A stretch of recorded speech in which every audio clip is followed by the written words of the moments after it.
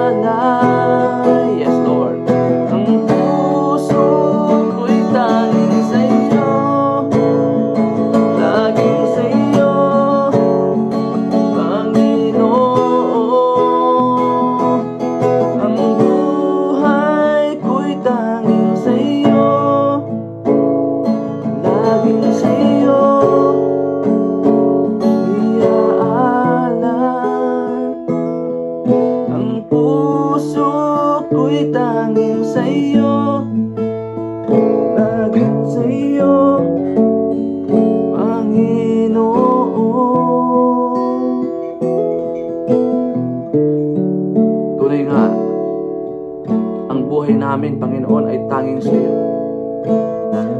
Aming ialay ang aming buhay, Panginoon, sa iyo bilang mabangong samiyo sa iyong harapan, Panginoon, ang aming mga buhay. Salamat po, Diyos, sa pag-ibig, sa dakilang inyong pag-ibig, Panginoon. Sa oras po na ito, meron po kaming kalayaan, Panginoon Diyos. Pinupuri ka namin, pinasalamatan. Lord God, pagharian kami ng Santong Espiritu. Lord, pinagkakatiwala ko po sa iyong pagpalakamay ang daily devotion sa umagang ito. God, Lord, dalangin ko na. Lord, saturate po ngayon pong puso at isipan ng iyong salita lamang, Panginoon. Hariyan po kami, O God, sa araw po na ito. Ikaw po may taas, ikaw po maluwalhati. Sa pangalan ni Jesus. Amen. Yan, good morning na. Good morning na sa bawat isa. Yan, sarap po magpuri sa ating pong Panginoon. Tunay nga, salamat sa kanyang dakilang pag-ibig. Pag-ibig na di nagmamaliw. So, without further ado, tayo na po ay mag-umpisa. No, ating pong series na tinatalakay sa araw po na ito ay yung The Power of Humility. Ayan, yung The Humblest is the Greatest. Yan po yung ating pong series. At ngayong umaga, natapos na natin yung Humility Make Us Beautiful. Tapos na natin. And Humility Make Us Wiser. Kahapon. And Humility Make Us Highly Favored. Natapos na rin natin. At ngayong umaga, Humility Make Us Safe in God. Yan. Sabi po ng Matthew 23:11-12, the greatest among you will be your servant. For those who exalt themselves will be humbled, and those who humble themselves will be exalted. Yeah. And humility is the foundation of leadership. In the Bible, humility is a virtue of lowliness of mind that involves recognizing God's power and one's own dependence on Him, valuing others more than oneself in seeking to serve others rather than being served. It is an inside-out recognition of one's position before God and is demonstrated through a servant-like attitude exemplified by the Lord Jesus Christ. Willingness to give His life for others. Humility is not self-deprecation or an inferiority complex, but rather a correct and modest estimate of one's worth in relation to God's greatness. Kaya nga, yung humility is a central teaching to Christian living. It draws God's favor and opens the door for His blessing. Dahil malinaw po, sabi po ng James chapter 4 verse 6, God opposes the proud but give grace to the humble.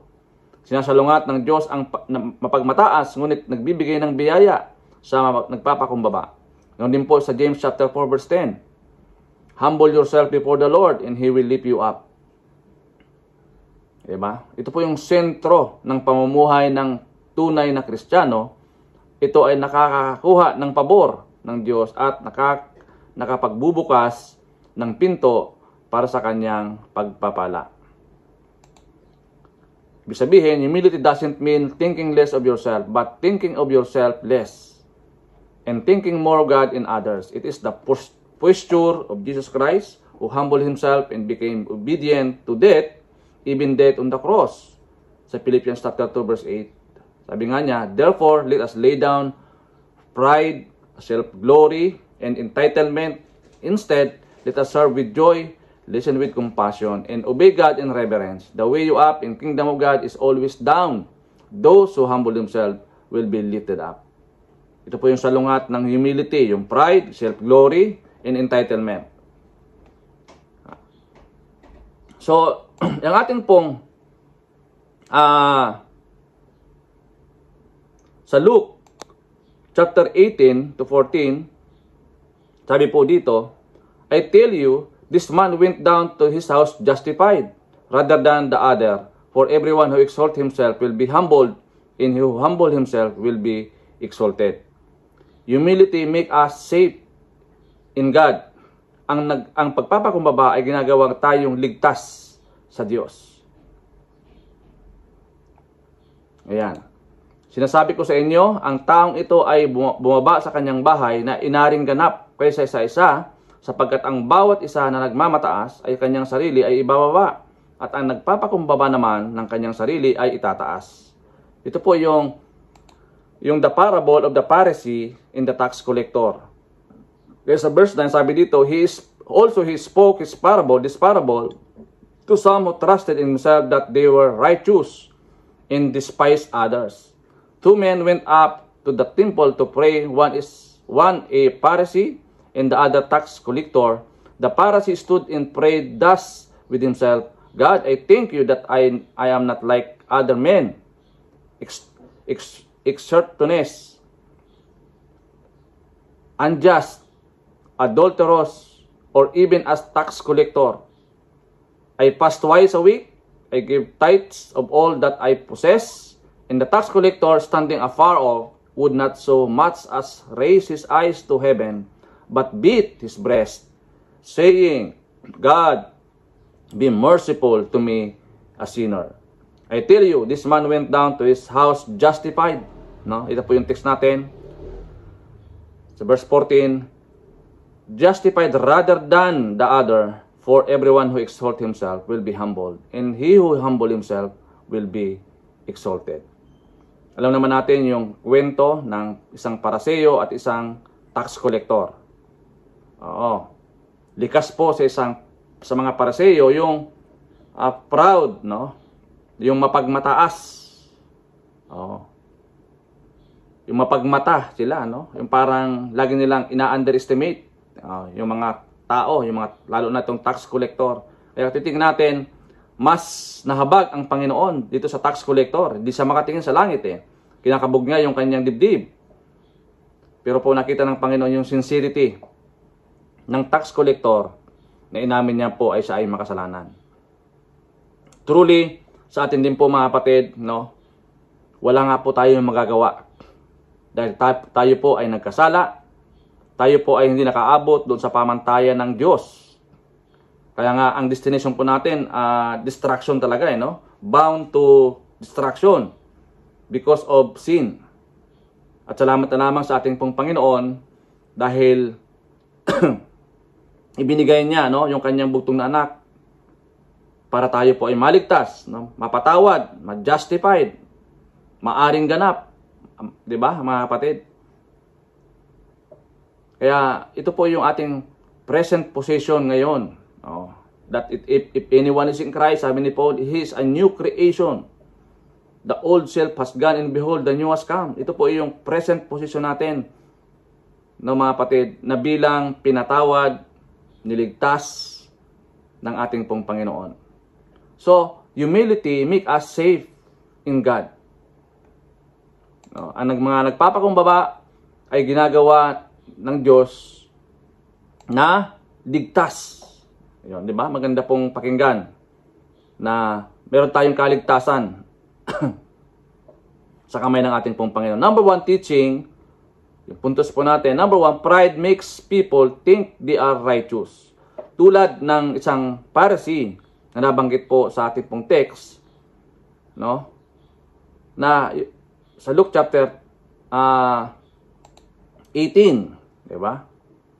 Sa binasa po natin, mga kapatid, na itong Pharisee na ito ay nagmalaki. Kinutya niya yung tax collector. Nakita doon kagad yung pride, mga kapatid, yung pagmamalaki. Oo. Kaya nga, pride makes people think they are righteous. Kasi nga, hindi niya nakikita yung kanyang kamalian. Kasi nga, mataas eh. Oo. Punong-puno siya ng pride. Natatabunan yung mga ginawa niyang mga kamalian. Oo. Kasi ang alam niya, siya po ay perpekto, wala siyang bahid na pagkakamali o kasalanan. Kaya nga itong very dangerous po ang isang tao na punong-puno po ng pride. Pinakaayaw po yan ng Panginoon. Pride makes people think they are righteous. Number 2, pride makes people stiff-necked. Diba? Ano ba ibig sabihin ng stiff-neck? Diba? Pag mayroon kang stiff-neck, diba? Masakit, no? Kapag lumilingon ka, ginagalaw mo yung ulo mo, masakit, no? Yung pride, mga kapatid, ang hirap mo makalingon. Kasi ang tingin mo sa sarili mo, ikaw na yung superior. Ikaw na yung mas higit sa mga tao, lalo na sa mga taong kinabibilangan mo. Kaya sabi po ng Exodus chapter 33 verse 3, go up to the land flowing with milk and honey, but I will not go with you because you are stiff-necked people and I might destroy you on the way. Diba? Sabi po ni Moses. Ito po yung maraming mga Kristiyano yung mayroon pong sakit na stiff-neck. Hindi literal na stiff-neck, spiritual stiff-neck, mga kapatid.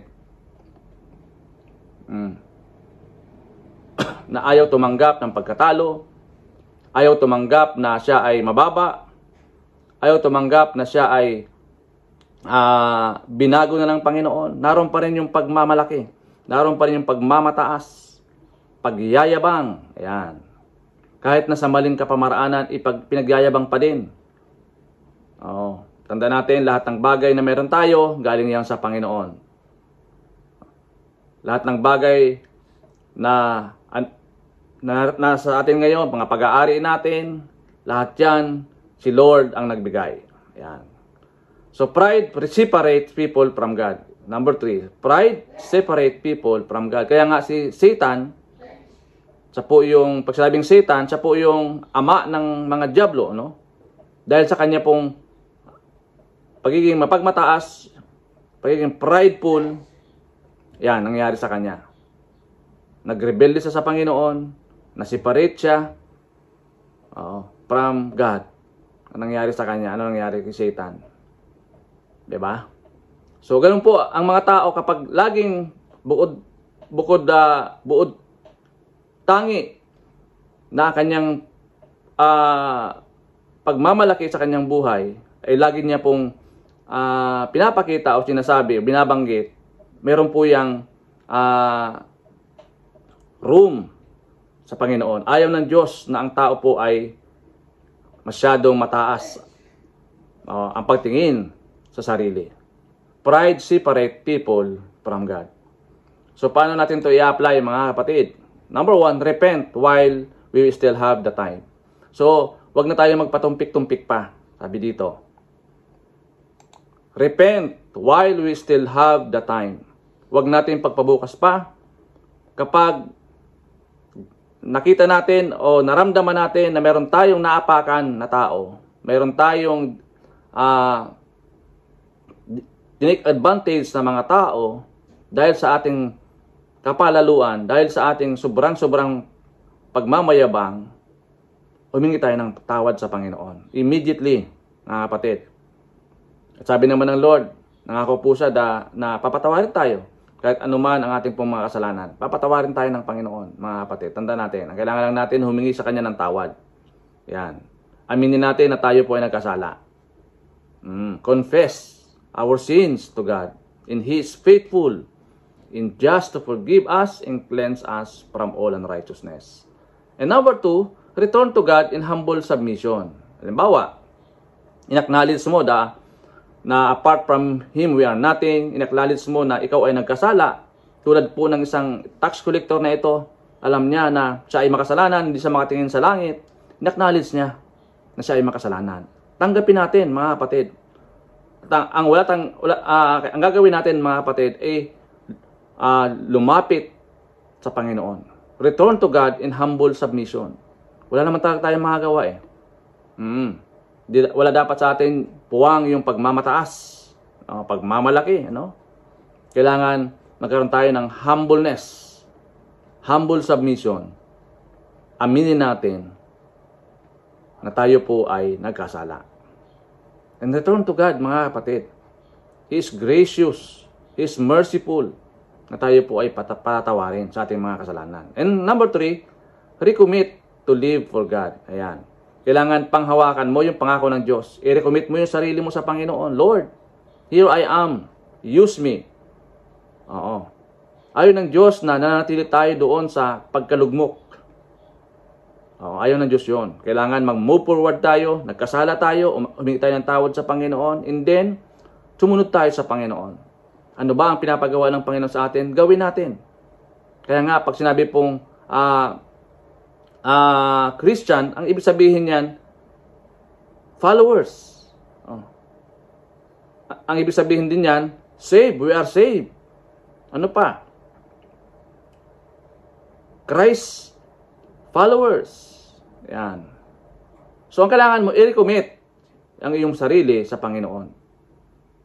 After mong humingi ng tawad sa Panginoon, at Lord, ipanalangin natin na muli na magtuloy-tuloy tayo sa ating pong paglilingkod sa Panginoon. Huwag tayong huminto. So, kapag nagkasala, lalo na kapag hindi naman natin sinadya, So, hingi tayo ng tawad sa Panginoon. Wala namang problema. Between you and the Lord. Si Lord lang naman nakakaalam, ano? So, kailangan mong i-recommit yung sarili mo sa ating pong Panginoon. Kasi tanda natin, mga kapatid, tayo po ay inatangan ng Panginoon, no? Tayo po yung kanyang co-laborers, co-workers, 'di ba? Sa kanyang ubasan. Opo, mga kapatid. So, ganun po kahiwaga, no? Ang kagandahang loob ng Panginoon. Kaya po ng ating inawit, dakilang pag-ibig. Ganun po yung kanyang dakilang pag-ibig sa atin, mga kapatid. Na kahit gaano tayo kasama, tayo po ay pinatawad ng Diyos. Binihisan niya. Oo, mga kapatid, para tayo maging ganap. 'Di ba? At magpatuloy doon sa ikonomisyon sa atin ng Panginoon to make disciples. Yan. So, as a question to consider, mga kapatid, why is humble repentance important to our salvation? Bakit mahalaga ang pagpapakumbabang pagsisisi sa ating kaligtasan? Tanda natin na walang bagay na hindi alam ng Diyos. Lahat ng bagay ay batid niya. Kaya kailangan natin magsisi, magkaroon ng humble repentance. Aminin natin na tayo po ay nagkasala. Diba, mga kapatid? So, purihin ng Diyos, amagang ito, dalahin ko na meron tayong napulutan ng aral sa maikli nating exhortation or devotion sa umagang ito, pertaining po sa humility make us safe in God. Ito po yung ating pong position na kapag tayo po ay nagpapakumbaba, ginagawa tayo ng Diyos na ligtas. Ayan, tandaan natin, mga kapatid. So, ayaw ng Diyos na maging prideful tayo. Ayan. Purihin ng Diyos, marami pong salamat sa bawat isa na naglaan ng oras, tumugon, at nagpatuloy sa pakikinig ng salita ng Panginoon. Purihin ng Diyos, amagang ito, mga kapatid, tunay nga pinagpala na po ang araw na ito. Gawin tayo ng Diyos ng pagpapala, maunlad, mabunga, ang maghapon, at samahan tayo ng Banal na Espiritu sa lahat natin pong gagawin sa araw na ito. Pinapuri ka namin, Lord, pinasalamatan. Lord, marami pong salamat sa araw na ito. Dili ka po namin tagumpay sa pangalan ni Jesus. Amen and amen. God bless, mga kapatid. To God be all the glory.